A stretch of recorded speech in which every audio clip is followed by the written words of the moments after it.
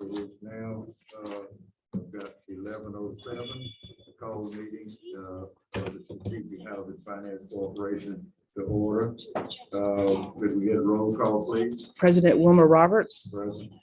Director AJ Bingham, Present. Director Julio Gonzalez, Director Keisha Prince, Director Lisa Rims, Director Christine Rosales, Director Rosa Rios Valdez.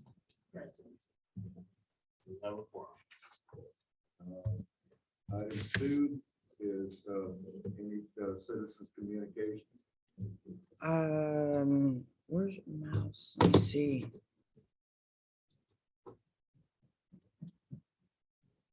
Ask to unmute. I think we have some people. Which one of you all would like to get started first? April, can you hear me? Oh, someone on. Yes, I can. Yes, I can. Can you hear me? Yes, ma'am. Would you like to speak to the board? Yes. I don't have visual. I don't know if you need to see me. No, ma'am. Okay. My name is April Combs, and I am a member of the Neighbors at Rosemont. I live at C3002A. I just want to tell you a little bit about myself first. I am unable to work due to disabilities right now. I have an adult son at home. An adult son and his girlfriend, both with special needs, are still at home. I help to take care of them as well. I also help my daughter with my grandchildren so she can work. I have my hands full and barely have time for myself to deal with my disabilities, but I continue to do it because I love them and because times are hard right now. My home is my safe space, and when it's threatened, we don't feel safe. I would like to tell you some of my experiences since I've been here. I've been lied to by management so many times. I have had the manager call me and tell me I'm beginning to be a problem when I won't let the construction crews, I lost my place, when I won't let the construction crews in without proper notice. Or they have given proper notice and then the construction no-shows yet to lie and say they were not given access. I believe that I'm not the problem. This winter was cold and I went through it with no drywall and insulation on one wall in my bedroom. I was threatened to by management and maintenance worker when I first moved in. Work orders went undone or took months to get done. The carpet in my apartment smells sour due to so many leaks from the air conditioners. They refused to even consider replacing it. My bathtubs have been without paint for years. It took code to step in to get it fixed very recently. And within 3 weeks, that paint has already begun peeling again. We have cracks and peeling paint on our living room walls and kitchen walls. I have been told by office staff that I basically have no rights because we were getting free rent for several months while they were doing construction. I have had my car towed without proper notice. I have not received my mail or it was stolen due to management not keeping it safe. I have had to deal with the unprofessionalism of the patrol car drivers and the office staff. I have the issue of not being able to park in front of my unit when I get home due to the traffic of the temporary office next door. Previously, the patrol car was being parked in front of our unit, also affecting space for us to park. In the last week, this has changed by new management, and I greatly appreciate it.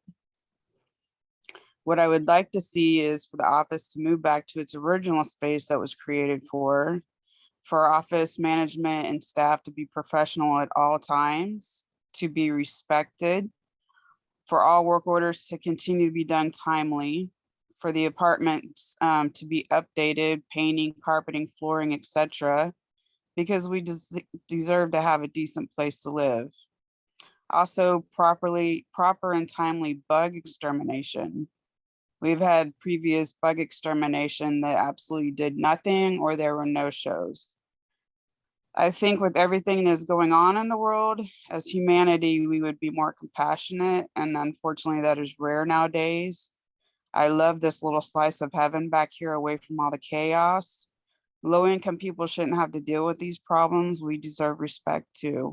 Thank you for your time. Thank you very much. Anyone else? Diana, are you there? Yes, I'm here. Would you like to speak to the board? Yes.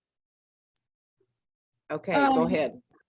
Hi, my name is Diana Villanueva. I'm a resident at Rosemont. I've been to a couple of the meetings with you guys. And I've told my story of how my walls have been taken down since June of last year. Was never taken care of, either getting relocated or getting any updates.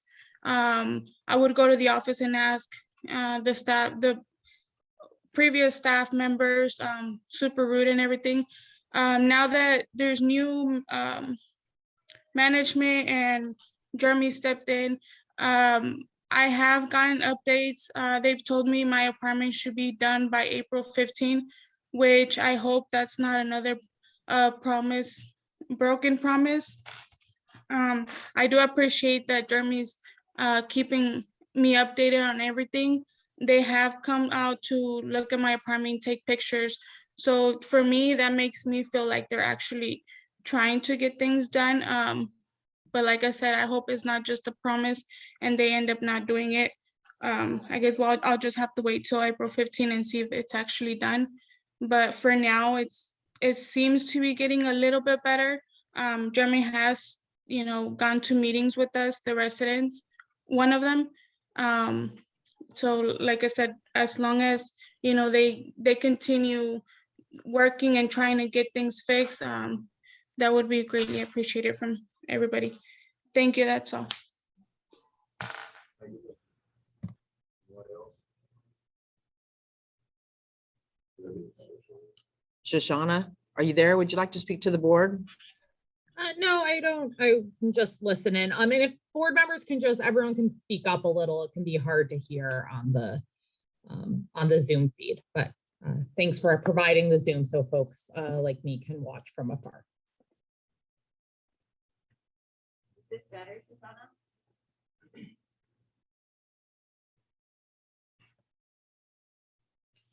Is there anyone else that would like to speak to the board?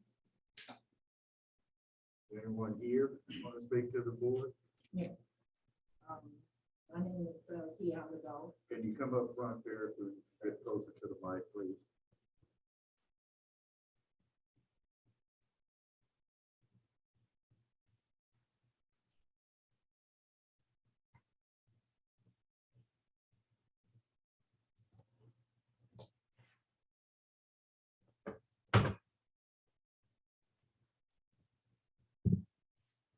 Good morning. Good morning. My name is Kiana Dole.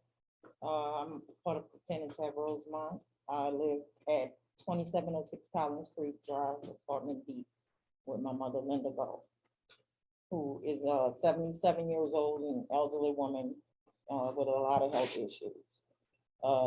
As you can see now, because of the moving, I have injured myself and I now have health issues, irreversible health issues at this point. We have been in and out of Airbnbs, and first of all, we weren't even part of the evictions. Our house, and come to learn, our house is being demoed. We can't go back to that home because of the conditions of that home. We have been in and out of Airbnb without the proper ADA qualities or whatever. We weren't even afforded that. We were placing an Airbnb with stairs. I'm in rehab, learning how to re-walk. My mom can't walk. We've been promised to be able to go back home in a new unit that clearly had several issues. One of the main issues was mold. The unit was tested for mold and it came back with issues. We were promised that we were going to get a report about another mold test after the repairs were made. We've been waiting on that mold report for over a week. I was met in the hall by Jeremy, who promised me that at sometime by 3 o'clock, I should get it. So hopefully we'll get that report. We're ready to go home. We've been in, my body is tired. I'm from New Orleans. And we were eager to go back home after the storm with Hurricane Katrina. But there was a silent killer during Hurricane Katrina. Everybody fled and went back home as soon as they opened the city back up. But people were dying left and right. And the silent killer was Mo in those FEMA trailers. I'm not lying, I'm not making this up. We want to go home. We're ready to go home, but we want to go home to a safe home. Well, we don't want to wake up and we're not here. We got enough health issues dealing with that Rosemont has already caused. Please, as y'all a new board, I'm asking, I'm begging, not just for me, but for the tenants with our roofs, the tenants who live in with our walls, the tenants who have children who losing hair because of mold and skin conditions. We are not supposed to be defined by our pockets. We are humans. We shouldn't be defined by how thick our pockets are lined. We are human beings and we want to be treated as such. So please, give us safe homes to live in. That's all. Thank you very much. Anyone else?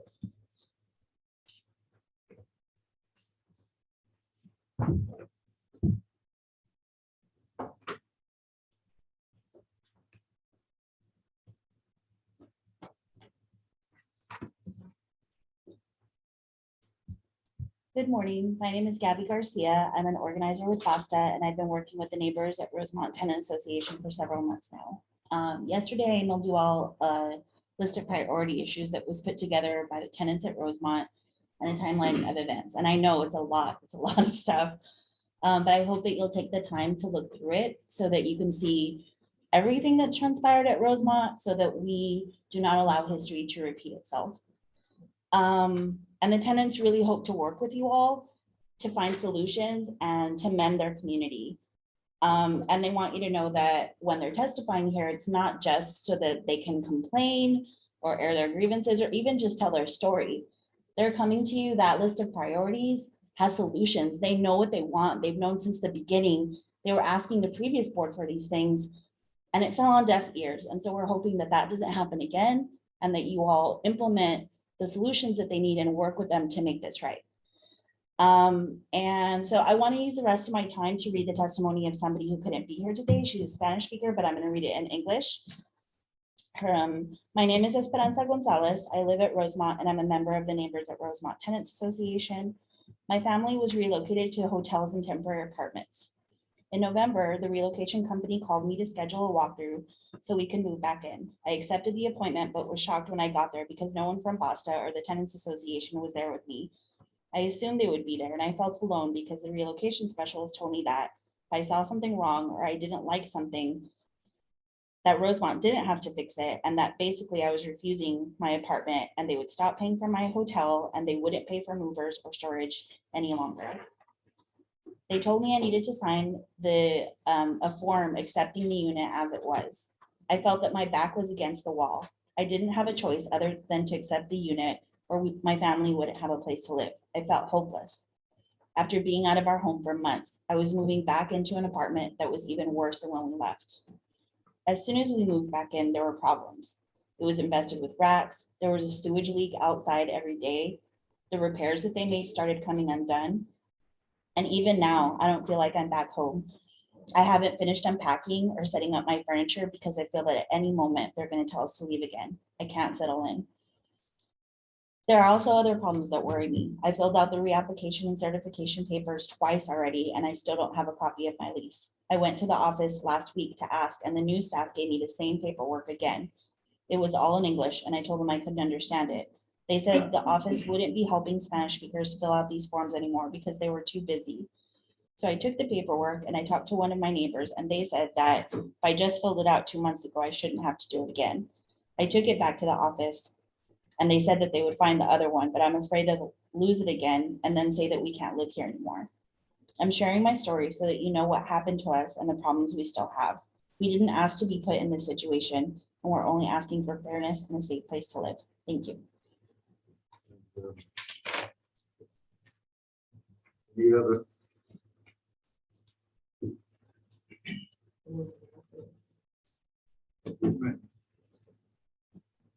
As you guys know, I was previously a resident of Rosemont as well. I've been on steering committee, maybe at Rosemont. From the beginning to this day here, a lot of the testimonies that I just heard are very similar to my situation. It's really heartfelt when they're study saying things like, no one did anything, or they feel like they have been lied to. Or, you know, it's not seeing results. Some of the things that we're coming up for, I don't think, normally, if we backtrack and take away jury, I don't think a lot of these people would have ended up coming forward. So jury was kind of a blessing and a curse, so to speak, for a lot of those families. Children aren't able to come to the board and speak, only their parents. But the things that these parents have to endure going home to these children that's asking these questions, are they gonna make us leave again home? Are they coming back to put us out again? Those kids have fear. I was offered my unit after my unit being remade over.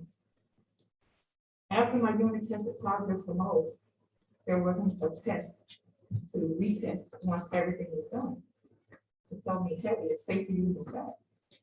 So I was forced with either move back or we're not going to pay for anything. I was blessed to have an apartment complex to go to. Most of the people can't. You know, it's unfortunate that they can't. And I feel horrible in that sense, which, you know, because I was in their position. And one person found a way out. And Lord knows I'm trying to help them find a way out if I can. Because going back to a hidden killer, and I'm saying this because my son lost his head. And I thought moving would change everything and make it come back. Not to this day has it come back. Not to this day has he stopped asking me, Mom, is anything gonna happen with my hair? What can I do? So like, I'm getting those questions to this day still. If I don't know how we can give the families some kind of closure or blanket them some kind of way to make them know that we are trying, we are moving forward, we are going to do something for them. Because they're asking questions that I don't even know how to answer. So like, me being part of that, if we could just be clear on how we're gonna address the residents, or clear on how they should maybe give us a little chance. If we need a little room, maybe if we tell them we need a little room. 36. Yes, sir. Yes, sir. I apologize. But just to let them know, ease them, because they're still stressed, they're still hurt, and they still need us. Well, thank you for your comments, and each of you all, and we appreciate the comments. And this is the first time that this board has gotten together as a complete board and meet, and so we can move forward from here. I can't address what happened in the previous boards or in the previous meeting, but you all are familiar with the history of it, and of course, the commissioner's court. So we'll move forward. Any other communications? Is there anyone else that would like to speak to the board? Elsa?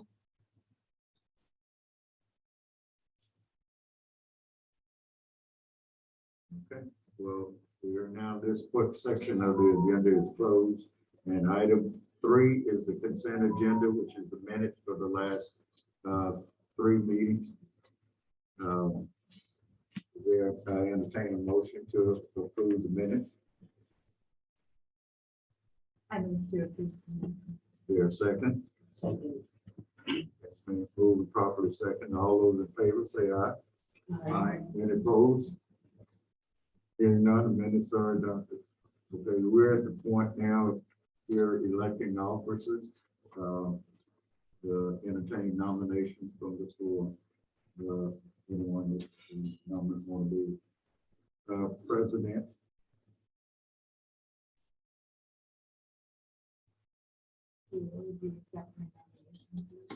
I would not accept your nomination. Thank you. So I think it's important that leadership moving forward reflect the tenants and the people that we serve. I also think it's important, given some of the issues at play that you could look at that. Can they hear me? Hello, yes, we can hear you. Who is this? Elsa? Christopher? Can she address the board? Okay, she wants to speak. Would you like to address the board? I just wanted to talk to them about my story with my unit. So if we may, I mean, if she's talking about Rosemont, we can move that item to item 5, and she can speak at that point. Okay, just give us a few minutes until we get to item 5, ma'am, and then we can move to the next item on the agenda after we finish electing officers, please. Okay.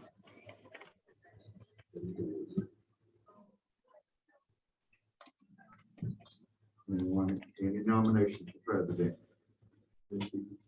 Well, I wanted to hear Julio's comments. Okay, Julio. Oh, to conclude my comment, I think the leadership should reflect the significant challenge of being a female caretaker. Significant amount of the population. So I think it's important folks who have a perspective of that and support them in their leadership. So that's the kind of perspective I was voting. I also entirely value institutional continuity given the change in some of the books that have been on the board in the past are so interested in serving. Yep. We have someone online that says it's really hard to hear. Could you speak up a little? Well, I could shout. Unfortunately, set the audio visual. But shouting would be helpful. That's not. Is that the only microphone? That's not a microphone for that. It's over here. Just continue it. It's, don't, Where should I speak for? nothing, just speak to the audience. Okay. That's the end of my comment. So we need a nomination of someone. Robert, would you consider continuing on as president? If that's the board's wishes, I would consider doing. I would like to nominate Mr. Robert for president and Lisa, would you consider being vice president?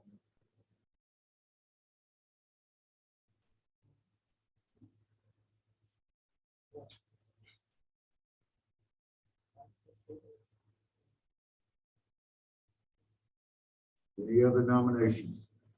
I second the nomination. I second that. Okay, are there any other nominations? Are there any other nominations? The nominations are closed and right now it is Wilma Roberts is president and Ms. Lisa Greens is the vice president. And those are the only 2 officers that were elected today, and hearing no further nominations. Is there a motion to approve? Second, all in favor? Aye. Okay. Motion passed. Congratulations.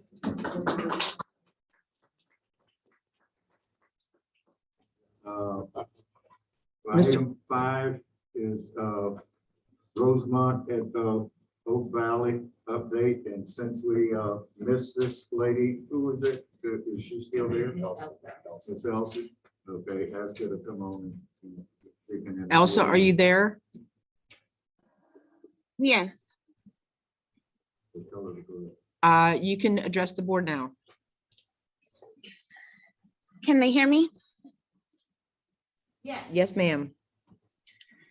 Hi, I just wanted to talk a little bit about my story. I've been here for 7 years at the Rosemonts. I've been living without any walls for about 7 months. And I've been pressuring them and getting them to try to come in here and fix my unit. I've been asking to get transferred into another unit. I did hear that they have a couple empty units that are available, and I know of somebody that is not from here that is saying that they're gonna move here in a few months.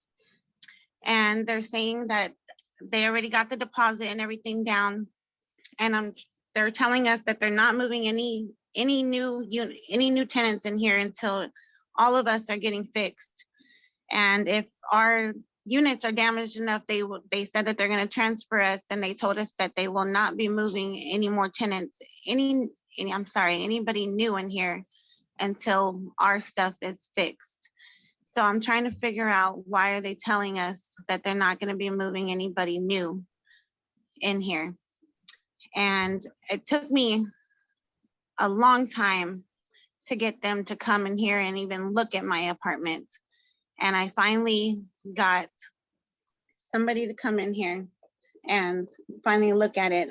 But nothing's still been done. I mean, nothing. I have mold in my apartment still. I have mold in my restroom. And I mean, they upped my rent. I don't understand why I'm still paying $100 more on my rent when I'm living with half an apartment.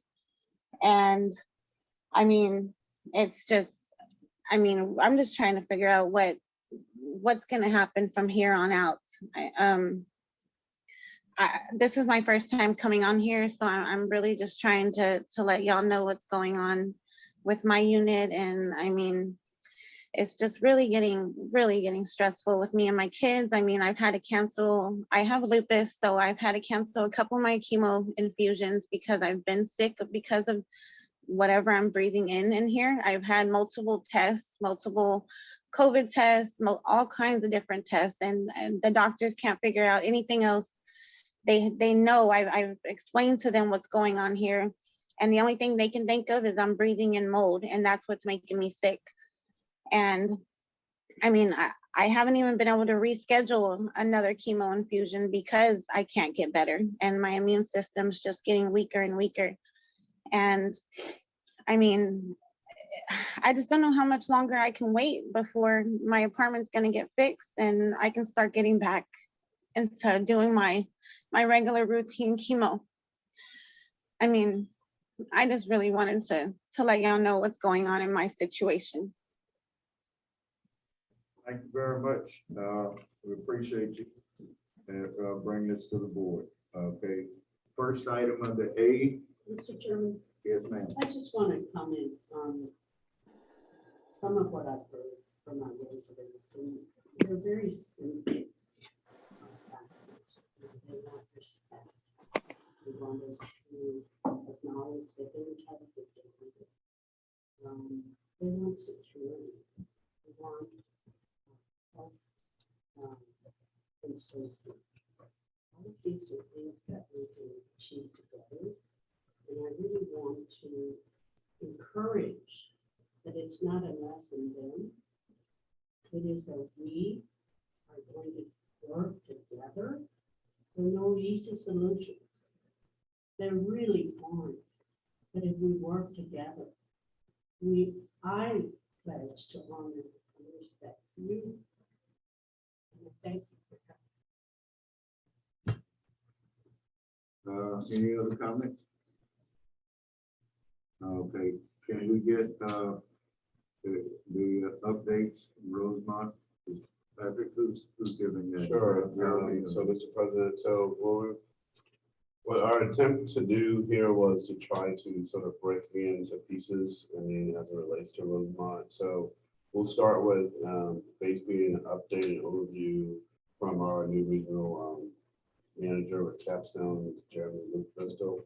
And then Robert will be followed by Robert, who will provide an update on essentially the funding and the schedule in terms of how we will fund the balance of the work. And then I will give a summary of where we are with the tenant buildings. Sorry, John. Hi, board. My name is Jeremy Luke Bristol. I just started on as the new regional for Capstone Real Estate Services. I kind of want to mention a few things first, because I know there's a lot of things raised. I just took over, as many of you guys are aware, and I agree with you, Mr. Rios, Valdez, that it's not a us versus them mentality. It should not be whatsoever. And I explained that to the previous staff that I did have to fire and let go and terminate. And I explained that to the new staff that I have. I have one new guy right now. So right now we're moving towards hiring people not only competent to do the job, but are there to not only provide that respect and dignity, but also provide that communication factor to the residents. And so I agree with you. And I've been saying this since the beginning. I think Teacher Prince, all Boston, and I'm sure I just mentioned Lisa, but a lot of the rest I told them it's not us versus them mentality. It's not, because we're here together. There's no easy solutions, but I'm committed in getting things done. I'm not going to overpromise, but I'm going to be realistic on things. I'm going to try my damnedest, to be honest with you, to get things resolved for this community. I know I'm new. I know I'm here on the late show, but I wanted to at least express that and express some other concerns too that were kind of raised, if you don't mind, real quick. I won't take too much of time. I know earlier, April Combs was explaining that the manager, was very rude and was very ugly to her. That manager's gone. That person does not work at Roseland no more. Nor does the assistant manager. I have a new manager there. He is being acclimated. He's still being trained.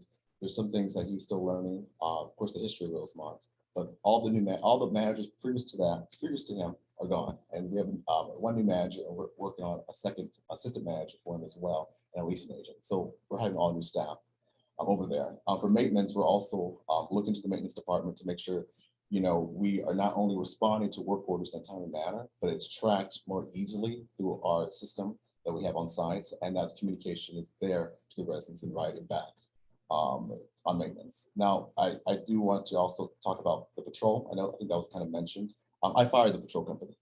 So now Falcon Patrol, this is the last month, but I already have a new company called AmeriShield that's already actively patrolling the community and actually sends me written reports daily. And I share that to the manager on, if there's lights left, lights out, if there's units unlocked, the vacant units, if there's suspicious activity. I get all that information now, and we weren't getting that from the last company, Falcon Patrol. So they're fired as well. And then the pest control company, I just want to mention that as well. We already gave them our 30-day notice, and so we're firing them as well. Getting the company. So me coming in as a new regional, I didn't know the history of rules. I'll be honest with you personally, but now that I'm in it, this is within my 30 days into the community, I'm learning the issues. I'm reaching out to residents. I have other projects that I manage as well, but this is dear to my heart because I grew up in Section 8 housing. I grew up in affordable housing. I grew up in these kind of environments. And so for me, it's really imperative that I have the right staff there, right maintenance, always being taken care of for the residents, and also that we're having, safety and security a huge concern and paramount for this community. So I want you to know my commitment to this community, and for me to at least be given the chance to turn it around. Again, I'm less than 30 days into the role, and I definitely want to have that opportunity. But yeah, I want to give an update on Roseland. So for right now, we have relocated previous to me 57 residents. Out of that 57, 26 families have moved back to Rosemont. And then 30 families have permanently relocated from Rosemont. And we have one family, which is here today, the Gulf family, that I'm working diligently to find a resolution for them. There was a delay on some things. However, I've stepped in and get very personal in the matter to go ahead and resolve them and give them the reports that they need and get all the repairs and replacements done for that unit. So that's actively being done. And I've more than all the intentions to get resolved by this week, if not by the end of this month, the latest. Next one, of course, work performed. We have 101, families still kind of live in place. 26 have already been completed. Now, you may be wondering why, only 26. We've had some issues in regards to labor shortages from the construction teams. This is not something that my on-site team is doing. It's not the maintenance department. You don't have a work order. You don't have a lead maintenance. You don't have assistant maintenance doing it. You have actual construction teams doing it, and they've been impacted by labor shortages, parts and materials, and funding issues for whatever reason. We've resolved those, and so now we're moving forward. And so we have 75 units left standing that we're actively working to get them repaired. The communication can be better, and that's what I'm working towards, to definitely give a 48-hour notice or longer to these residents to let them know when construction teams are coming in to do work. And then after that, basically, the plan, and it always has been the plan, to have 10 units per each construction team, so a total of 20 done monthly. And so this could take some time, as you may be aware. It takes either way 3 to 4 months. And if we get further impacted by labor shortages or parts and materials, and things of that nature, it could extend it. But my hope is to get this done hopefully by summer of this year. Worst case scenario, fall of this year as well. And of course, like I was explaining earlier, in an effort to rebuild the relationship with the residents, not only have I been there, as a regional capstone, but also I hired a new property manager. His main quality, which I love about him, is that he cares about the residents. There's some things he doesn't know. There's some things that he gets to get caught up on, but his dedication is only to the residents and their experience and making sure to have that leadership, and letting me know what's not working, with our system to expedite issues. And then we have a new assistant manager. She'll be starting on April 12th. She has great tax credit experience. The reason why I mentioned that is because there's a lot of recertifications, a lot of renewals that need to be done the most right way with documentation with the state. So I hired her specifically to work focusedly on that.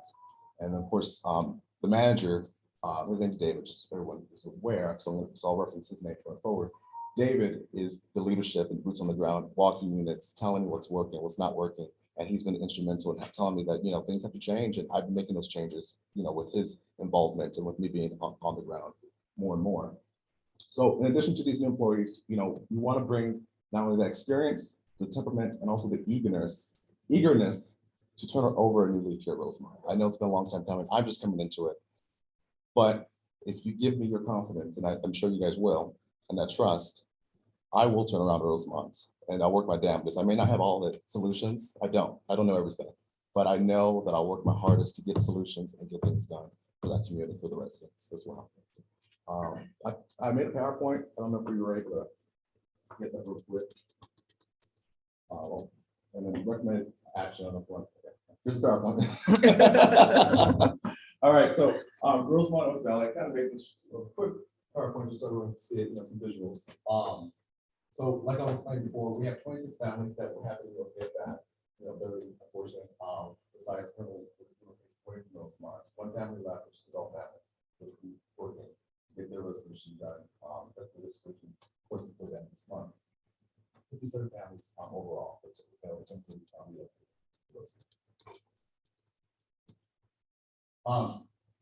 So right here, you can see a little bit, I don't think I moved that, sorry. See. I made a little timeline. This is of course an ideal timeline. We're not impacted by as far as material shortages and any kind of labor. So at the end of April, we are expecting 20 units, which will leave 55 units out of the 75. So let me work my way back over there. So we're at 75 units right now that are waiting first.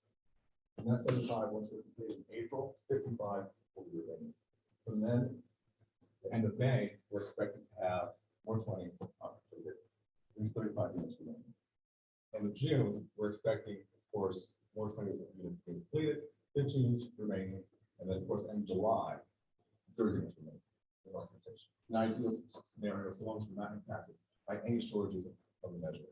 I did put a note right here that if there are more delays, if there's any more labor shortages or parts and materials, I keep mentioning that because of COVID and the implications of COVID, our industry has been hit hardest with prices increasing, labor shortages, and the job market.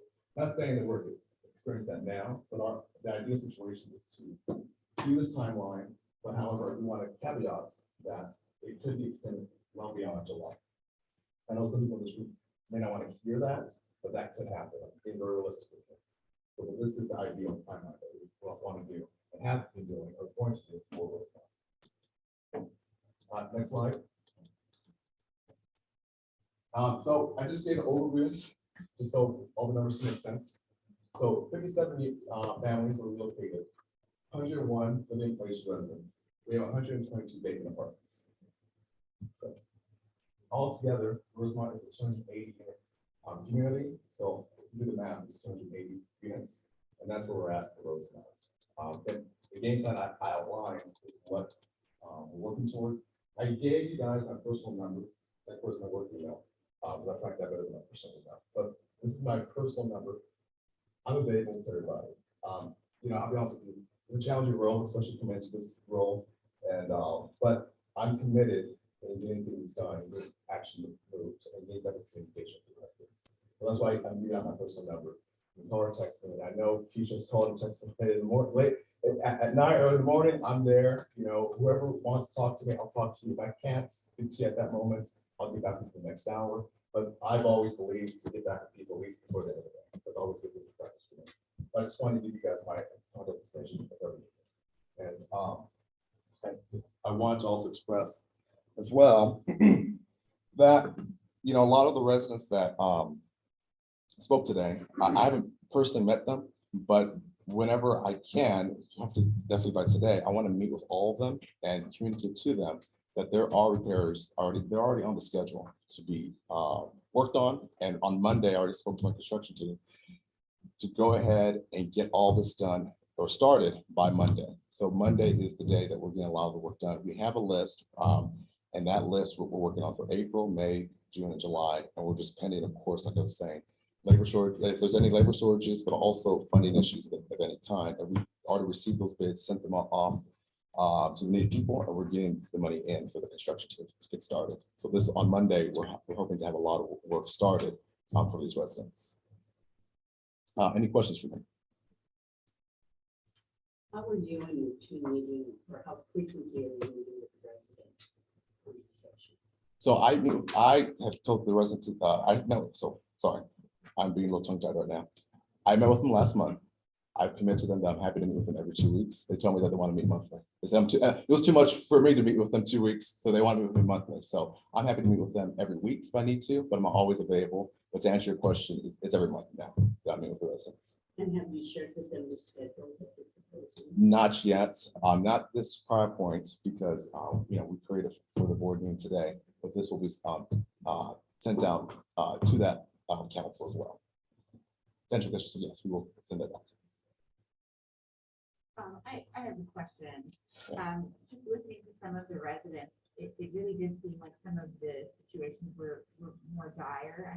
I'm thinking specifically of Elsa and having to forego necessary health treatment. So I want to know if there's any kind of prioritization based on sort of the health risk that some of the residents might be facing, if they've communicated that to you at all.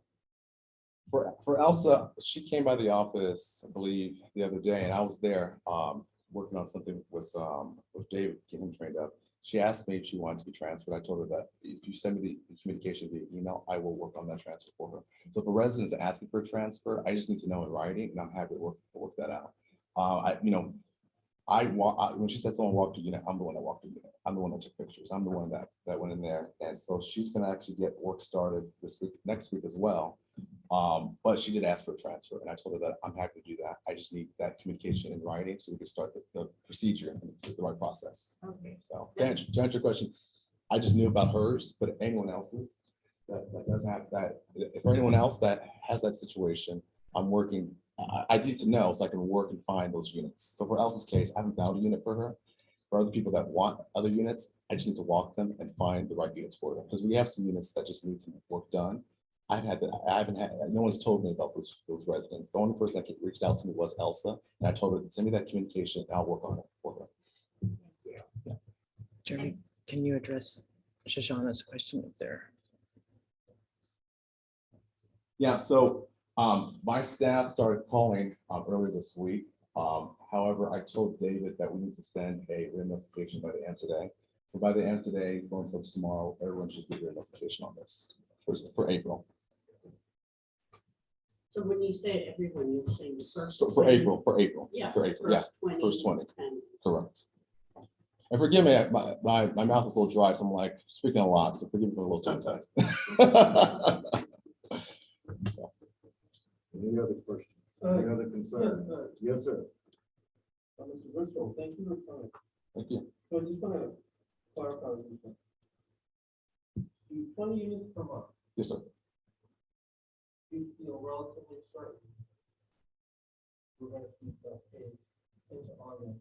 So it would be 75 units that we're targeting for upgrade will be completed roughly. So I'm very confident in it. Only reason why is because these construction teams have been there for a while, working on relocated units and other units as well. And, you know, they know what needs to be done. They already have a familiarity, you know, with our company and of course with the new staff. And so, you know, if there's any delays, I want to make sure that that communication is relayed not only to you guys, but to the residents. So we've historically seen 20 units been done per month. When we talk about the relocation units and things of that nature, that has been done historically. So I see that happening going forward as well. If there's any, like I was saying, any funding issues or any labor shortages or any parts material that will stop us from that, that communication will be sent out not only to the board, but also to residents, letting them know, hey, we're a little short on this, we're a little short on that, but this is the next timeline for your units. So to answer your question, yes, I feel very confident. Okay. I just want to be clear that everybody understands the situation you put in. Of course. And you're sort of parachuting in. Well, and it's not, I do want to say, I mean, cut you off. You know, everyone in here, it's not a perfect situation. You know, I do want to explain that, you know, so the expectation of 20 units will get done. However, if there's a delay, I think all what we need to do for my staff, especially if we get new staff there, is to communicate that and communicate that in writing and let residents know that. Because I think what I've noticed a lot is just a lot of people are stuck in the dark. And whenever I call, whenever David calls, whenever other people that, you know, from the corporate team are calling, people are appreciative because they get some kind of communication. They never got that communication for whatever reason from the old staff. And when I found that out coming in, I fired them. I let them go because you know, I don't say that, you know, bashfully, but I say that, you know, because if you're not doing your job, you're not there for the residents and you're rude to the arguments to the residents. And I think I told this to one of the residents here in this room, I don't want that person on my team. I don't.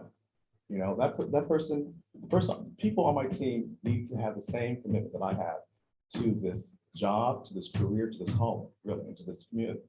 And, you know, it's not a perfect situation. You know, I'm not going to overpromise you, but I will say that historically, we've done 20 a month. I can see that going forward. If there's any delays, I think what save us is we communicate that out, not only to you guys, but to Patrick, but to the residents who really are the ones impacted by this. Right, because you are going to send 20 notices. That is correct. 20 communications. That's correct. And so that will create an expectation. Yes. And I think given the setting and some of the frustrations of the past, that again, you weren't temporary, it would be, at least for me, my tone and behavior would dramatically change if we get to mid-August. Of course. And the rate of progress is significantly less. If we all understand the current economic context of the complexity of what you're taking, but you're localizing a timeline. Correct. We have gotten into this emotional predicament because of broken promises and miscommunication from the initial reviews as well as the engagement I've had with you, like with grasp all of this very well. So I am firmly anchored on the 20 per month number, understanding there's going to be some variance and lower the expectation and clear communication moving forward. I wanted to say that in part to sort of honor the fact that so many people have taken the time to come and speak to the impact of this in their life about what's happening, as well as to respect your and to say, I'm hearing your comment, I'm hearing your asking for patience until then, and I at least will be there. What's going to happen with the 122 vacant apartments? Well, a couple of things. So I'll answer your question. I can share a question too. So the 122 vacant apartments, the game plan for that is two things. One, my maintenance team, the new maintenance team that I'm hiring, can tackle those, while the construction team, which is an outside entity, third party company, can tackle the living in place units, which, you know, as we're calling them, you know, residents in place. So we can have that combated at the same time as the living placements are being done. I know earlier Elsa was saying that a resident or prospect was promised to move in. Well, all those applications go for me. I haven't approved anyone to move in quite yet to Rosemont because we've been very sensitive to this matter. But we do, my team with David is very eager to pre-lease out and to move people in once we're at that point. And so, to be honest with you, the game plan is to get those units ready. once everyone is okay with that, once we have the approval to do that, and to move in residents, because our, at the end of the day, our occupancy is pretty low. I'm pretty sure you've seen the numbers. And so I definitely want to raise that, for our financial aspect, but also, for a community, because, you have a lot of buildings that are vacant, and that breeds almost, vagrants, people moving in there. And I hate to say the word vagrants, but, unfortunately, we've had a lot of attacks happen to the community. That's why, I changed the security company, because, these are people's homes. And if someone's home is being vandalized, burglarized even next door, it's a huge inconvenience, a huge security concern. And so to answer your question, the game plan is to get ready and to move people in as soon as we're able to. So I hear two tracks. One of them is certainly fixing the 75 units. That is correct. And the second track is to increase occupancy. Well, because that's a revenue maker that, when you own real estate, you have to generate that income. And it helps pay for everybody's improvements. correct. So my question is, for those 122 units, what's the schedule for lease up? And do you have something that you'll be sharing with us at some point in time? Yes, I have a game plan, and I'm happy to provide that to you guys after the board meetings. I send it up to local parties. But yeah, we do have a game plan. We were kind of pushed back a little bit from a lot of the resident community. Yeah, Because they don't. you gotta give priority Yeah, to yeah, our yeah. residents. So, but so long as we get the approval, I'm happy to initiate that action plan for both of them, for living in place and vacant units. So as long as I can get that approval, we can do. And do both you're of our them. point person for both. I am the regional for both. Yes. And so my next question related to communications. What are y'all doing? What are you doing to improve the language communications for our Spanish speaking families? Yeah. The applications can't be in English. And my dad was asked to fill applications in English, and he was clueless.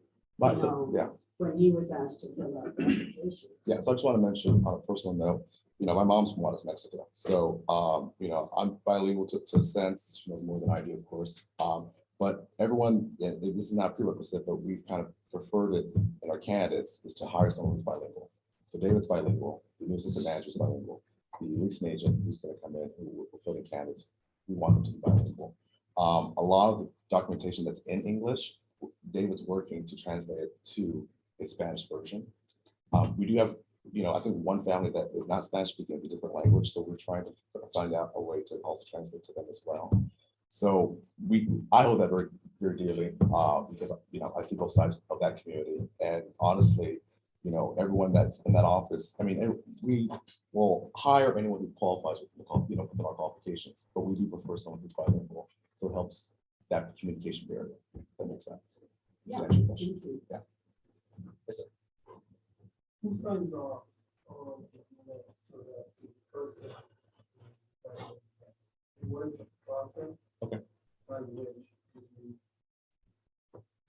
the quality of the work is assessed? So It's independent.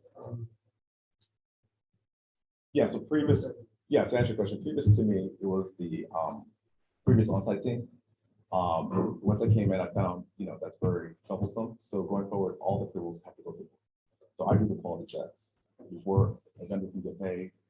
I have to walk in and look at it and sign off on it. And if it's not the way, for the scope of works that were given, and it's not the way I want someone to move in, if I would have moved my mother into that unit, I would not sign off on that unit, to answer your question. And in the next process, so construction team will notify me, sometimes they'll call or text me, or they'll email me. Let me know, hey, we finished these units, we need these COSs, they call them COSs. If they don't get those COSs, they can't get paid from their company. They want to walk it with me, so I'll walk it with them. Once I walk it, everything checks out, the fund, the scope of work. And, I've done my quality checks. I then sign off the COS. They take it to, wherever they take it to their county fund. And then they send us the invoice. And then, we move forward from that and get paid so we can get other units work done as well. I hope I answered that question. I don't know if that's what you're asking. So that is what I'm asking. I'm also asking, are you following a specific standard? A specific industry accepted standard that you check for quality of both the work and other those of the structure? Yes. So there's three things. We look at the scope of work. all scope of works, because sometimes there's change orders that they're made. And we, Capstone has a walkthrough sheet that we also go through, and then we also go through the TAA inventory use checklist form as well. So we hit all three of those. And if something's amiss, then we do not sign off. I do not sign off on the COS. I guess this is a area of potential great concern in the sense that, and you know, it is difficult to expect quality work and effective filtering of the quality of that work, given all of the past issues. No, I understand clearly. And I, while I can respect, you know, the project management and the personal skills that you exhibited so far, it's different when you're trying to ascertain whether a dwelling the issues that have been covered have been shown systematic information. I guess there's a part of the trying to figure out part of the process whether the units are ready to dwelling, all of the with both the original quality of the work, the issues sensitivity, etc. Because of how we're going to be, we are expecting to be done in August. But if there's a flaw in the quality of the work, the certification process, then we will be ready when we start.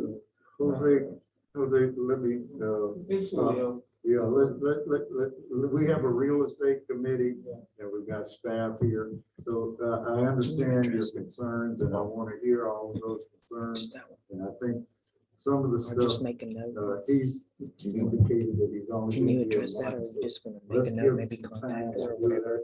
If there's some personal questions or concerns that each of you have, Jeremy's given you the number, we need to move forward with the agenda. We've got a full agenda. You had your hand up. Yes, I just had my question. Go ahead.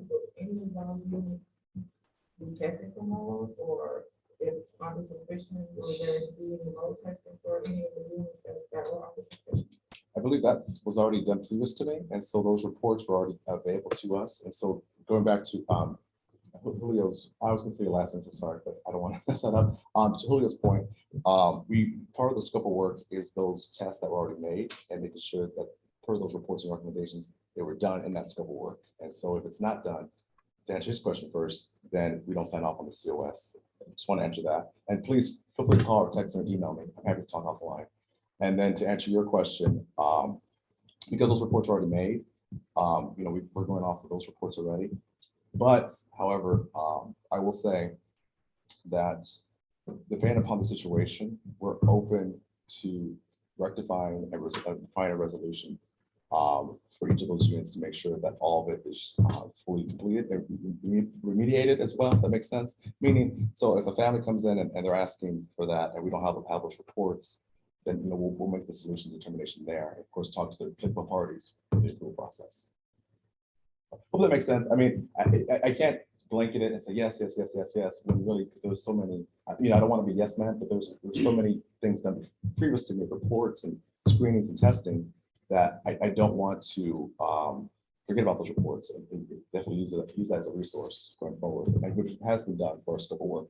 Who's on the real estate committee? Yeah, could I just clarify a little bit? And I mean, Jeremy wasn't here, so he's not aware of all of what transpired. So we did not move forward with mold testing, with the exception of the one unit previously. And I'm just looking at the chat and looking at some of what's being asked and said. So if the board, and this could be at the committee level, the board can elect to move forward with expanding, you know, what the action plan is relative to what we've been doing. There's a cost associated with those things and maybe timeline and delays. So I'm suggesting to you all, if that is your inclination to go forward with some other level of requirement for making sure the unit is safe, or if we wanted to elect to do something otherwise, that certainly would be the purview of the board to do, understand the implications for such, but as a staff and, you know, representing the interests of the organization, if you all direct us to look into those things further, we can do that.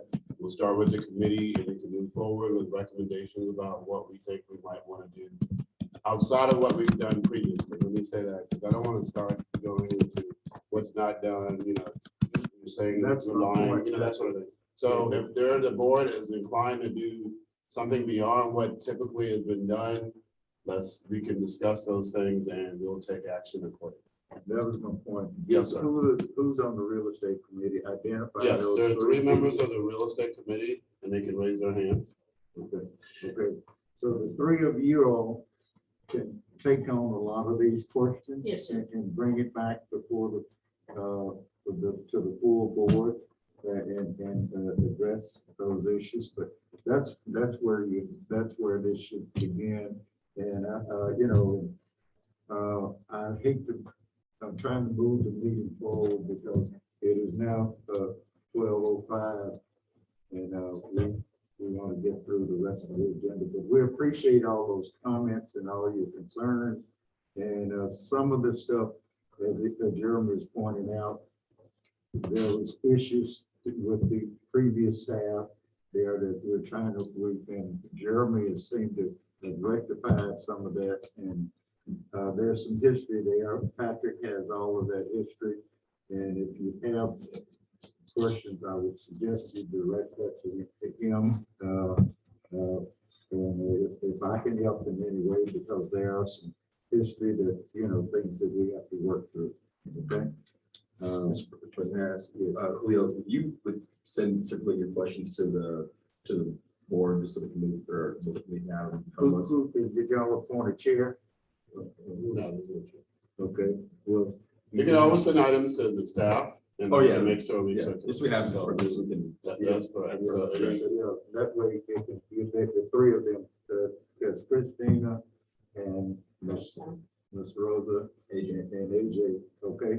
So direct those questions if you don't mind to them. If you're having any problems or anything, feel free to contact Jeremy and also contact Patrick. Those are the basically the five people I'd like to see working on this. Can I make one closing statement? And I won't take much time. I understand the history, I'm learning the history of Rosemont, but all I'm asking personally, I'm not speaking for Capstone, I'm not speaking for anyone at this point, speaking for Germany, Bristol, just to give me the chance, the opportunity to turn this place around at the time. You know, I understand there's a lot that happened previous to me, but if you give me the chance, opportunity, I work my hardest to turn around this community, and that's all I'm asking. And if that's a tough ask, then I'm so sorry to ask you that. But I'm just asking for time, patience, and help, and support and confidence, and helping me personally, because, you know, I came in and, you know, my goal is to turn it around, and it takes some time, and I'm just asking for that help and for that support going forward. That's all I ask. Thank you very much. Item 2, BA2. Yeah, so those will be Robert. I mean, you can all, in the interest of time, you can tell us how much detail you want to go into, but we're going to provide you with some basic synopsis about, you know, the funding and where we are today.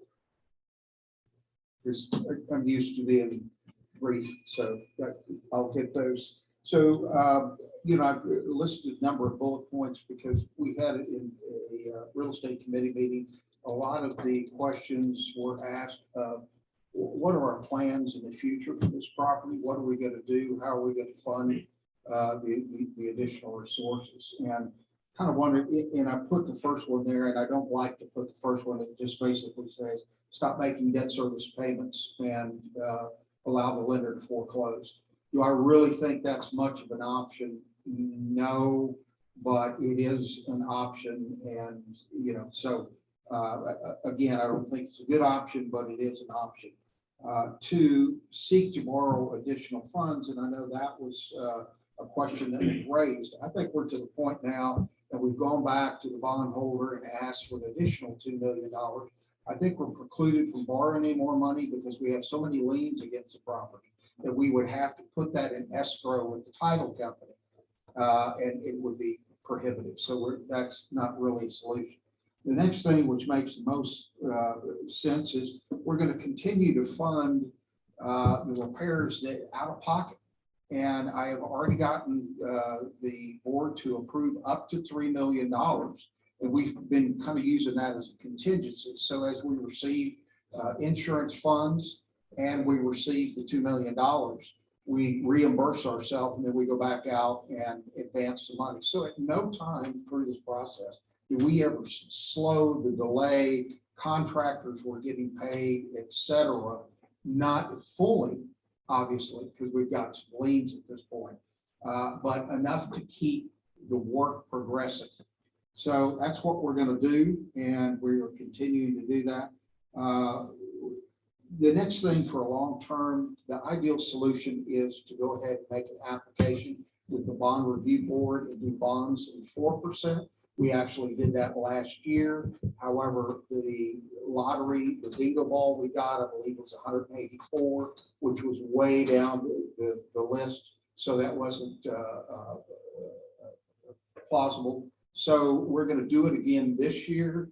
You know, it is the lottery. It's a little better than buying a ticket, but again, it is a solution. The other thing is to, of course, go ahead and get the repairs made, not only to the units that are occupied in place, but vacant units, get it leased up and try to get long-term financing. The real issue at this point is we've got a lot of money against this property, and I'll bring this up in the next, when I show the spreadsheet. At this point, what we're trying to do is recoup, our losses, and I don't really know, whether or not we're going to come out ahead, quite frankly. The question is, do we have the money? Yeah, we have money. The question is, do you throw good money after bad money? And that's really, it's a tough decision at this point. And so, as I mentioned, continue to lease up the property. And also I have talked and have been talking for some time with LVG Development over a year ago about purchasing the property. Of course, it was along the lines of doing a BRB application and et cetera, to be in a partnership. I also BRB, Robert. Bond Review Board, I'm sure, sorry, acronyms. And then just recently, and we need to have a strategic real estate committee because we have an offer on City View at the park. And with talking to the city of Austin, I've also thrown out the idea of purchasing this property. And I would say they have a level of interest. They have a lot on their plate right now. And quite frankly, the condition of the property that it's in with so many vacant units, et cetera, makes it really hard because then they would ask me, well, what do you want for it? So that. A discount. Yeah, in a deep discount, and how much loss can we take? So those are just kind of the options that we're thinking about at this particular time. I wanted to switch over and go now to kind of the sources and uses of funds. And that's kind of in the middle section. And this was something that we didn't have before that we do now, and it's in more detail. I'm sorry to say that after I've updated, the cost has gone up additionally. So we had said that we've got somewhere close to $15 million in estimated construction costs today. But when you add the operating deficit, and of course, we just had to write another check for $145,000. So that number keeps increasing. So it's now up to about $16 million. We only paid $31 million for the property. It's over 50%.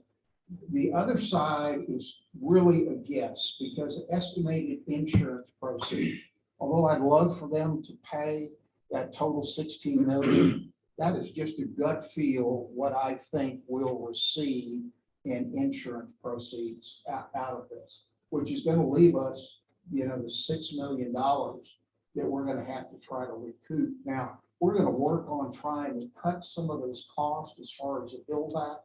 Hopefully we'll be successful as we get into doing other units. The cost is going to go down because the extent of the damage is going to be less as we go forward. But still, that's a big number right there. With again, down where I mentioned where we borrowed the additional bond proceeds, it was $2 million. However, the net amount was $1.8 million. We have debt service reserve that we will be drawing on here shortly. So, those are the sources of funds we had. And of course, cost advance to date is $3 million. And like I said, what we're doing is, once we get reimbursed from insurance and bond proceeds, we pay ourselves back and we go forward and we continue. And it, so the contractors have been moving on the site since day one. The issues that we've had, obviously, because of the freeze, the city of Austin inspectors, et cetera, they are so busy that we actually had to hire an independent inspector, pay them more in order to keep things going. We had to transfer building permits that were from the old contract to the new contractor. And we've been fighting with them, but we've been successful in moving forward with that. So we're already on the backside of that wave. And like Jeremy had said, in the next 90 days, we'll be through with the units that of the residents occupying the place. You want to know why they're just now getting to that is because the board made a decision, and rightfully so, that we address the units for the residents that are located off-site first. And so even though we've done all the demo and we pulled the sheetrock off and we've tested it and we've treated it, we had to let it dry. We now, our concentration is on those units, and we've done that. So now we've turned our attention to the residents in place. Now, did that all get torn down back in June of last year? Yes. But again, it's a priority. We're reaching those priorities. Every time we get another batch of 20, we make a deposit and we move forward. We have to be careful because we make a deposit. They're going to want the balance of their money at some point in time. And it's a delicate balance of getting insurance proceeds. And that's a whole nother issue that we could spend a whole hour on. But we are moving forward. We have not missed a beat. Keith has been out there on site, walking the units, doing quality control, drafting scope of work. We did have a project manager out there that walked the units after the fact. You're still going to have in construction certain issues that didn't get addressed to everybody's satisfaction. But we've been doing that all along. It has been quite an ordeal, and it's been well over a year. But I think we're on the backside of that way. Again, in 90 days, I hope to see that all completed. We'll move to our vacant units. Rosa, as you indicated, we've got to get those units leased up because I'm hemorrhaging here with regard to operating deficit. So I've got to move quickly to try to cut those costs. So any questions? Can we go back to the previous slide? Sure. So I don't remember at the meeting when we were supposed to be sworn in or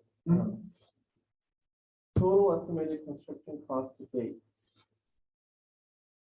Is that the total estimated construction cost at the end or the cumulative so far? No, it is the estimated at the end. The only things that are not known at this point is the bill backs. As I indicated, we're funding that. I estimated 20,000 a unit. When we first started, it was 30,000 a unit. Now it's down to 20. Hopefully, on average, that's a good guess at this point. So that's a estimate, and I hope to save some money. I certainly need it. Okay. So total out $16 million, right? By the end, once we fix it. So to speak. Yes. Okay. And of that, we expect insurance to give us 10 million. That's my guess, my gut feel. And from your gut feel, what is the typical volatility of that? $1 million this way or that way, or $5 million this way or that way? As far as insurance proceeds, So say, I can't guess past that. And I don't want to. Let me address that. We've submitted a $5-6 million bill to the insurance company right now. They've only paid $2 million, a little less than $2 million. Okay, so there's been a problem with TML. We've had lawyers look at it. We've had everything, but TML has been a very stickler in the process. So they have been dragging their feet. So That's where we are. So out of the 6 million that's been submitted, less than 2 million has been paid. So we're working with them. Patrick, you had any more information, or Robert, with regards to that? Well, you know, I can tell you, we recently got 250,000. They are concentrating again. Yes, when I saw that, I kind of inflated my balloon. The issue that they're doing is they're focusing on the work, the bill back, and they're actually paying for that bill back now. What we have a problem with is you see Phoenix catastrophe is 6.5 million. They were the ones that did the restoration. That's a final bill, invoice, et cetera. The problem that you have is you have a lot of labor out there. And so they were going from one unit to another, doing all these things, you know, treating the wood, et cetera. The insurance has come back and say, yeah, but how much did it cost per unit? And that becomes difficult, but they've come up with a formula for, if this has been repaired, we can assign a certain amount of that work to that repair. And now the insurance adjuster and our adjuster are shaking their heads and going, yeah, that makes sense. So I anticipate they did another 9 buildings. And so I hope to get a much bigger chunk. But the big obstacle is being able to get them to pay that hard invoice. So Well, the question on Phoenix is, have they filed a lien on the property? they have not, because we have been in good communication with them and we have paid them $1.7 million of that. Who has? We have. No, who has filed a lien? Okay, who has filed a lien? So that's SRP has filed a lien. Okay. Sole contractors, they've got a claim. I don't believe they filed a lien, but the other 3 have filed, or other 2 have filed liens as well. So Sole is right at the point of suing us.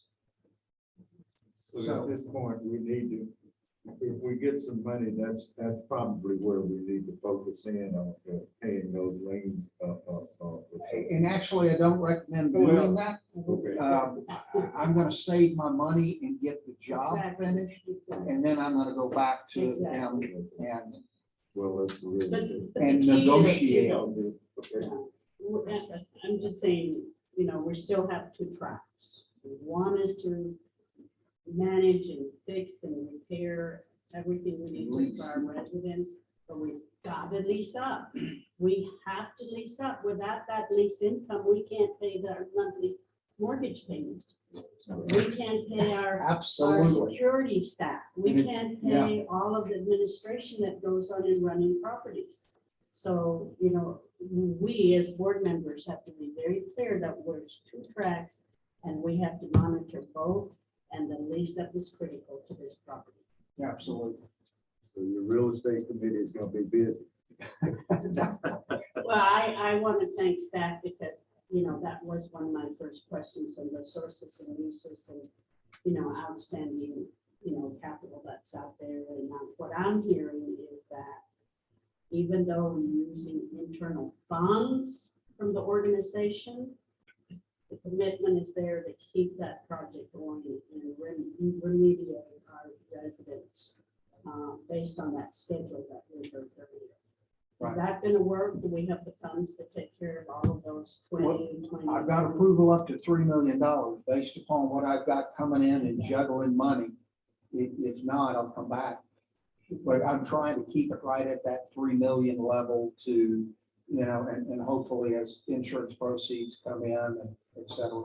When was that approved and by who?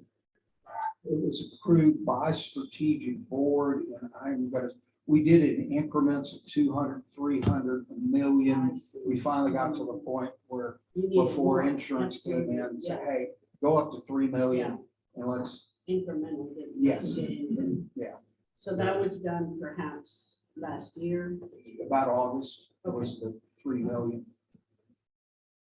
I think that was based on the assumption that we would have been paid by the insurance, but which we have not, obviously. And just to segue, I mean, I think I would say Robert's probably optimistic about the 10 million. I don't feel exactly the same. about that. I think the board will need to have a plan contingency in the event that we do not get the 10 million, quite frankly, because to date, it's been fairly challenging. It looks like we have a way forward which will net us better than we have currently, but I mean, there's no guarantee. And I think we should be prepared. We should need to be prepared for what may. A shortfall. Yes, A big absolutely. shortfall. That's correct. Yeah, I'll follow. We've already fallen. Yeah. Thank you all for that. Any other questions or concerns? Where does the 6 million come from? What's the opportunity cost for 6 million? 6 million comes from strategic, Our reserve, Bank account. our money in our bank account. That's We have a $6 million opportunity. we have. we probably have about 4 million right That's now. what I thought. Right. However, so it's very fluid. We're receiving money from transactions, developments that are converting. So we're feeding that all the time. Thank goodness. Thank goodness, because otherwise we have trouble making payroll. So when the real estate committee meets, we might also look at that conversation or the reference you made to City View at the Park, perhaps the city acquiring that. Yes, I do have an offer right now to buy our general partnership interest for $1.4 million. And I've been working on it for probably 6 months and had it explained to 3 of the board members who are no longer here. So we've been sitting on that? No, it's very delicate. It's very complex. It's very, to get out of these deals versus getting into them. So we just hadn't gotten to the point, and we certainly didn't have an offer. But just to explain the background of where we're at. So we'll discuss that at real estate. Yes, ma'am. Item BA3. Sure, so this is a brief update about the tenant bill of rights, which is nested in the resolution that was passed by the Commissioners Court back in October. This is in your packet with a bunch of backup material to include the minutes from that meeting. However, I just wanted to highlight that there were 2 components of that had a lot of, obviously there was a lot of interest and focus. One being on expansion of the board, which has happened. Congratulations, Ms. Williams, on Vice President. And obviously the tenant bill of rights. So this, what I'm summarizing here is essentially where we are with respect to the tenant bill of rights and how we got here. So again, that resolution was passed in October. We had to that point enlisted the assistance of Cynthia Bass with Lock Lord. And we've done this education, in the last couple meetings about our 0.01 ownership interest in almost all of the properties with the exception of Rosemont, and the concerns or the requirement to get feedback from our other stakeholders involved in the process of how we develop and manage these properties. So what we've discussed in the real estate committee and what's has transpired today is this Bass has been corresponding with the county attorneys about some of the expectations that have been laid out. What we have done is done an analysis of each of the components of the RHDA lease addendum, which is essentially the tenant bill of rights, and have produced a draft of items that we believe is squarely within the purview of SHFC proper in terms of the board's ability to move forward with without the requirement or the concurrence of any of our outside investors and partners. So what we would like to do is ideally move that forward on a track, which ideally would be May or June for consideration by this board and subsequently the Commissioners Court, with the idea that we are collecting information from those outside investors and coming up with a recommendation of how we might be able to move forward. We actually have 23 partners. Well, some of them may be duplicates in terms of investment partners, but we have partnership agreements in each of those, and so those require some level of approval or concurrence or buy-in from them in order to move that forward. Obviously, that takes longer period of time, but our goal would be is to move forward with an SHFC, essentially policy or bill for tenants to move that forward as we look forward to looking at how we can figure out how we address those other needs that are ours, obviously are a little more complicated and complex. So that is the goal. The committee has met and talked generally about that. We did have a subsequent conversation after our real estate committee with the attorney, and she is working on another sort of a refined analysis so that the committee can look at that yet again. The other thing that was asked of us to do is to create a chronology, which are essentially done, close to being done with that, so that you can provide some context in detail about what has occurred to date with respect to all of the efforts that we made, including the insurance, the correspondence with the county commissioners court, the resolution, and the draft and the bill of rights, and up to where we are today. So again, the goal would be is to have a draft done for consideration by May, June timeframe, first through the committee, then to the full board, and ideally being able to share that with the commissioners court, again, concurrently with working on how we might expand that, have a parallel document, or however that might look, depending on the feedback we're getting from equity investors. We do have an example of one that we received from LDG that looked at a partnership, 3 partnerships, I believe. Is that correct, Robert? And we have that. We're going to put that on Boardable, let you see within the language or the scope of these agreements what the sections that are relative to what the lease addendum would address and what we're basically having to sort of collect in terms of data and information. So we're going to be hanging that on Boardable so you can see that along with the chronology, but that's where we are in terms of the Bill of Rights. Thank you for that. And also in addition to that, there's 2 committees that will be looking at this, which is the Quality of Life Committee, as well as the Real Estate Committee. To kind of, and one, they'll marry things up. Okay. Anything else, Mr. Howard? Anybody have any questions? Anybody else have any questions? So is this an example of what's important? This is in Boardables, yes. That's correct. Yes. That's a previous analysis. That's correct. The red lines are back and forth.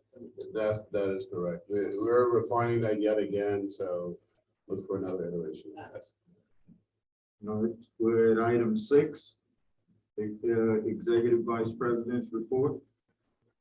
Okay, Robert's going to provide a summary of our current projects and pending. Or strategic. Yes.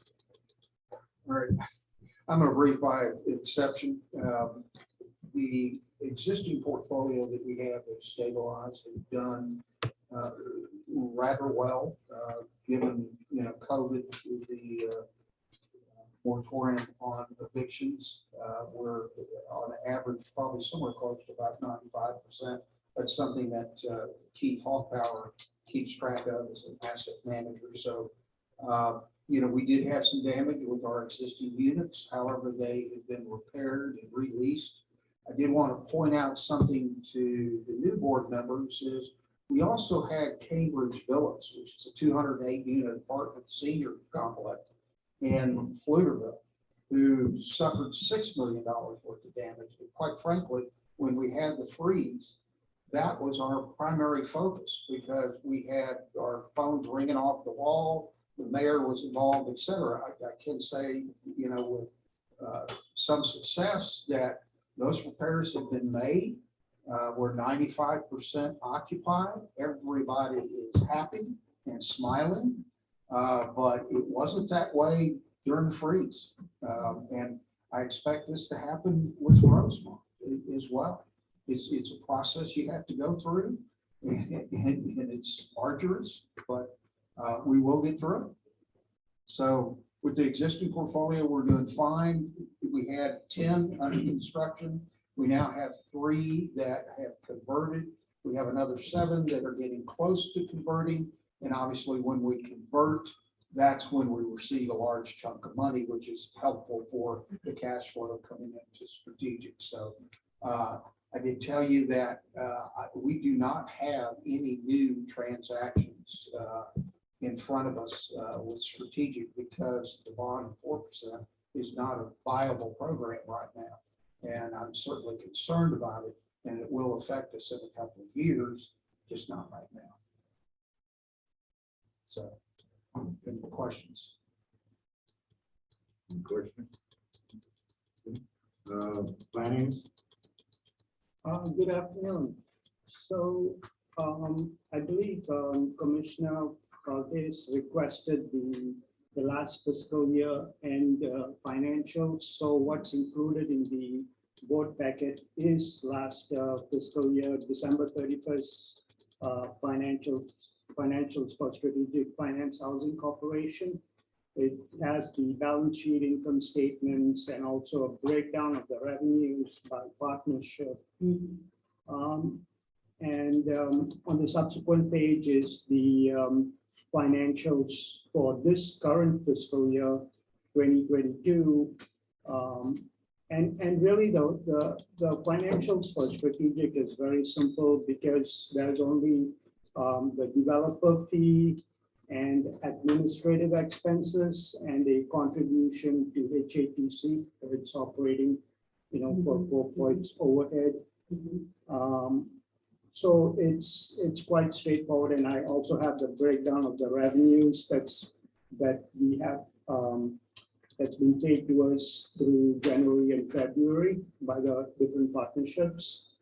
And also included is the balance sheet. And one question that was asked was how much cash we have through February is 4.4 million. And since Strategic is the entity that has the, a good cash situation, sometimes we borrow from Strategic, like at Easton to fund the construction, we borrowed from Strategic, and we are waiting to get reimbursed from DDHCA.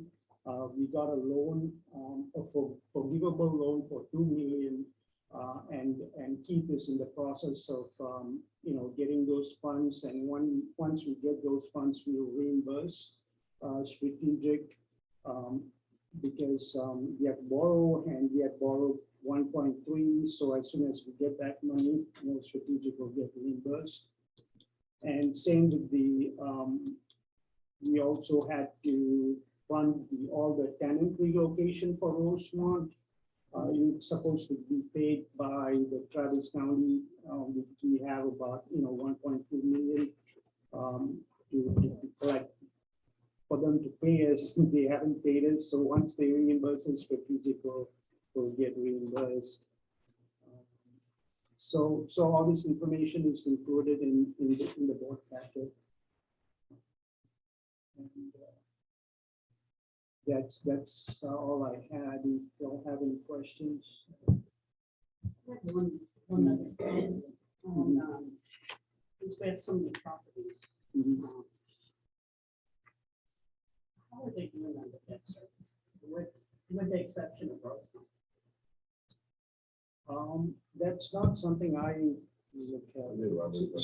So I can tell you that the debt service is at least 1.15 or 1.2. When you underwrite these transactions, you look for that. And then obviously once they convert, they're either going to shorten it to make sure that the debt coverage is at that level. And actually a lot of our properties have some age to them, so that debt coverage ratio is even higher. And the good things I mentioned, one thing about affordable housing bonds of 4% across the board nationwide, occupancy is 95%, and default is less than 1%. So I don't anticipate any problems with our portfolio. Okay, thank you. Any other questions? I just like to maybe highlight, so you were mentioned about the 1.2 million. There was a resolution back in September from the county that said that they would commit URAP funds for that purpose. Now, when they made the initial commitment, it wasn't specific to a funding source. But obviously, as you know, the commissioners, obviously elected to support us, and then staff's supposed to go back and figure out how that happens. So ERAP was a source that was seemed viable at the time, and probably still is to some degree. However, those funds, there's not any ERAP funds left. So long story short, the county is trying to figure out exactly where the funding is going to come to at least make us whole. But we're still, I would say, in negotiations. So 1.6 was committed in ERAP funds, but there aren't $1.6 million in ERAP funds available. So we're hoping they would take money out of the general fund. We have essentially we've spent probably 1.7 million actually, and beyond. So we're over that amount. So anything that we pay for now relative to relocation, maybe funds we're going to just pay for ourselves, because again, we're not really sure. Ideally, if we get it, what's been committed, but we're beyond that already. Even with the commitment that they made, at least over by at least 100,000 as far as relocation. So any kind of concessions or anything else beyond what we've done currently will be coming from our pocket, as far as that's concerned. But we do have a meeting scheduled with the new HHS executive to talk about next steps, because we've been working on it, but that's kind of where we are with respect to the funding. So that number may go up from the 15 million. So relationships are important, is what you're saying. So if people have any, and can twist their arms.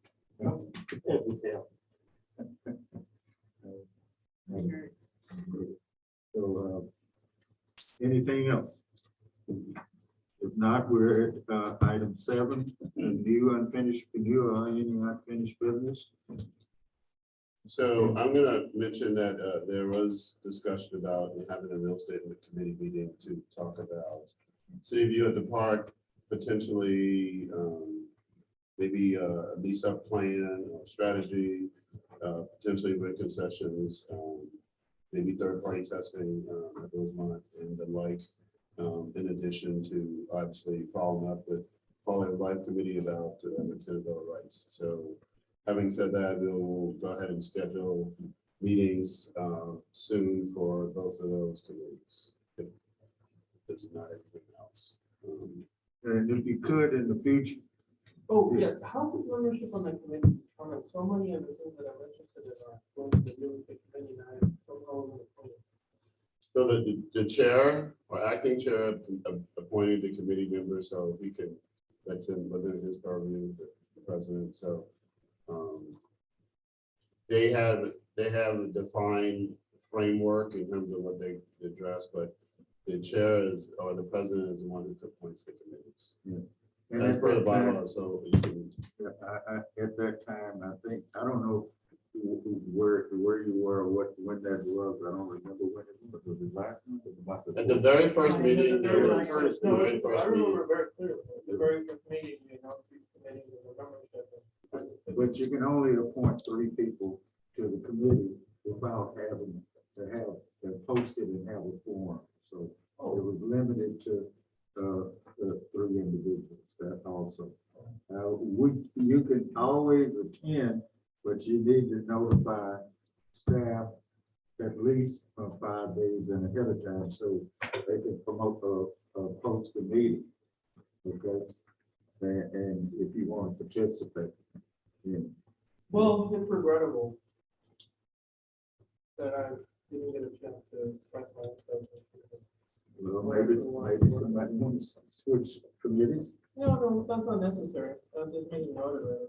It's unfortunate because it seems in some way that the substantive decision making of this body is delegated to committee that I'm not participating in. So it's a concern to me, but I will just monitor it and part of something. So are our committees going to be on the calendar on Portable? Right. I mean, for committee meetings, we kind of schedule out. we can, if that's their desire. I'd like to do that. And the other thought, Mr. Chairman, is perhaps as we move further along and we have, you know, Jeremy makes his projects and gives us reports, perhaps later this summer, we might ask staff to work with this board on a PowerPoint for the commissioners for the month. Okay, so that's something that I think we can do. And I think, Mr. Howard, you're working on something right now, am I right? On a I'll put together information. where we started You know, and where we are today. We are, I mean, it hadn't manifested itself into a PowerPoint, but it. Yeah, but it I'm will- it saying will we've eventually. got a few That's months correct. to We are, go. we're building a, yes. Okay, so and so what I'm hearing you say is you would like possibly this board to go before the commissioners court and bring them an update sometime Yeah, within I the mean, next this 60 is- to 90 days. Yes, I would say no later than 90 days. But I believe that there's a lot of work going on behalf of our staff. We've got new management teams on site. We're certainly engaging our residents to kind of, you know, share with us their priorities. And so we're making progress, you know. And I think that it would be appropriate to plan some type of either briefing or formal meeting, but I think that presentation would be appropriate. Yeah, that works. So what's is that the consensus of the board? Makes sense to me. Okay, so can you put that on the calendar? What I was also going to suggest is maybe in the packets, put a calendar so we can put 90 days out so we can mark on that calendar and you're putting it on boardable or put it in the packets so we can look at it also, if you would. Yes, sir. Okay. Any other suggestions, thoughts, or ideas? Is there any need to go into executive session? Hearing none, I entertain a motion to adjourn. Take motion. For a second. Okay, okay, it's been moved and properly seconded. Who's second? Ms. Reed. Have we adjourned? All those in favor? Aye. Thank you.